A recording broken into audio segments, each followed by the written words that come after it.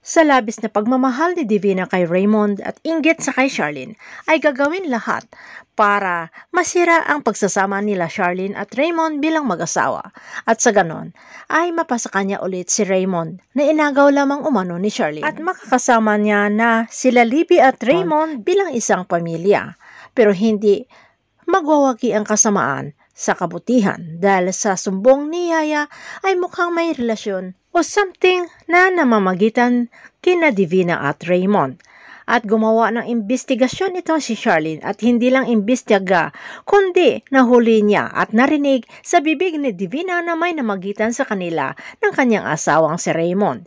Pero ang dating iyakin na si Charlene, pagkalabas ng kulungan ay isa ng palaban at hindi palulupig sa kay Divina, na pati ang kanyang biyana na si Sonia ay hindi rin inuurungan ito ni Charlene. Pero natuklasan rin ni Charlene na ang inaakalang totoong anak niya na si Libby ay ito rin pala ang nagpakidnap sa sarili kasabwat si Divina para makulong itong si Princess dahil inaagaw umano ni Princess ang jowa ni Libby na si Xavier. Pero nalantad ang ginawa ni Libby at kumalat sa social media ng ginawang pag-amin nito sa tulong na rin ni Justin.